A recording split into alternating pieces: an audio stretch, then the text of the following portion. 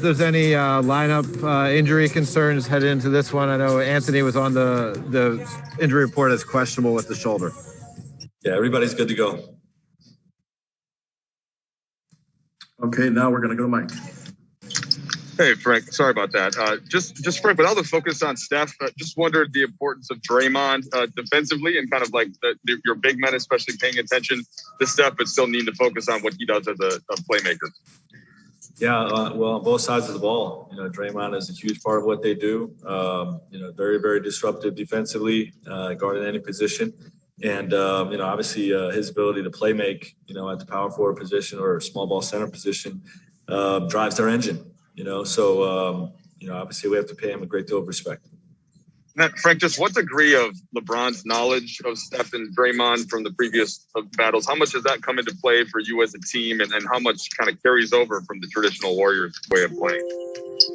Yeah, there's a lot of carryovers, a lot of similarities, to the way they play, in particular with Draymond and Steph, but also with some of the others playing like Draymond and playing like, quite frankly, playing like Clay. They use their principles, to operate or to execute their system. And, they've gotten very good at it throughout the course of this year. I think each month that's gone by, they've gotten better and better at it, and see what they're doing in the last month or so. So, it's very challenging to guard, and, we're going to have to play great to beat them. And then, Frank, how much of your rotation at the 5 do you have an idea, like pre-planned, versus, okay, this is how they're playing and we have to adjust with the various options? I always have a script of what I intend to do with the mindset that, be willing to adjust, and obviously be willing to adjust quickly in a one-game play-in type of situation. So, we have it scripted out, but we'll be willing to adjust. Bill Lorem? Frank, I'll just cut to the chase. Is Drummond starting at center? Yes.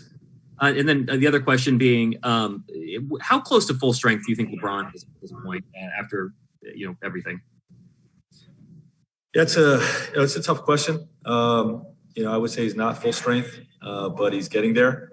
And it's really tough for me to put a number on it or a percent or anything like that. He looked pretty good in the last 2 games, but obviously we would have loved to have a couple more weeks to get him where he wants to be. Dan? Hey, Frank, kind of 2 for you. One, so much of this year kind of was pointed to you being in a position like this, being able to say everybody's good to go. You haven't been able to say that often this year. How much comfort does that give you, being able to say that? And then I guess secondly, obviously defending Steph is such a challenge, but how much of it is just limiting attempts? Is that something that you view as a key tonight? You said limiting attempts?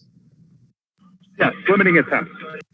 Yeah, that's a big part of it. Obviously the less you shoot, the more it can hurt you. But obviously they're a complete team. They've got 2 guys averaging 23, 22 points per game in Wiggins and Poole over the last 10 games, I believe. And obviously Draymond averaging 11 assists. So the other guys can hurt you just the same. And we have to stop the Warriors. It's not just about stopping Steph. And in terms of the health question, obviously. We're happy that we have everyone available, but like I said, it would be nice to have another week or 2 for guys to really get their legs under them and get their rhythm and timing back, and the cohesiveness of working new guys. But it's just a situation we're in, and we're prepared to make the best of it and win games throughout. Kyle Goon? Frank, you obviously with tonight, your team really could go a number of different ways for your next game. Do you scout Phoenix, or do you scout, a potential next play-in opponent, or are you just, is there anyone on staff who's designated to kind of work on those plans in advance, or are you guys just all on the Warriors and this game, and we'll do that tomorrow? We have assistant coaches that have the task of preparing for the next opponent, just like we would in a regular playoff series. We've got time for next opponents. We've got time for a couple more. Alan Sliwa. Hey, Coach. Just your thoughts on kind of how unique, I guess you could say, this predicament is. Obviously not having been a playing tournament before. Is this I know it's new for everybody, just the kind of the setup leading up to this and everything else. How unique is this one game, and then you kind of see what happens from there? Yeah, well, I think what happens after the game is different, but the preparation for one game is, it's really not that different than the regular season or the first playoff game or the fifth playoff game. You take the time you have from the last time you played a game, you have the time that you have to prepare for this game, and you pour everything you have into preparing your team, to win this game, and then you coach the game to win.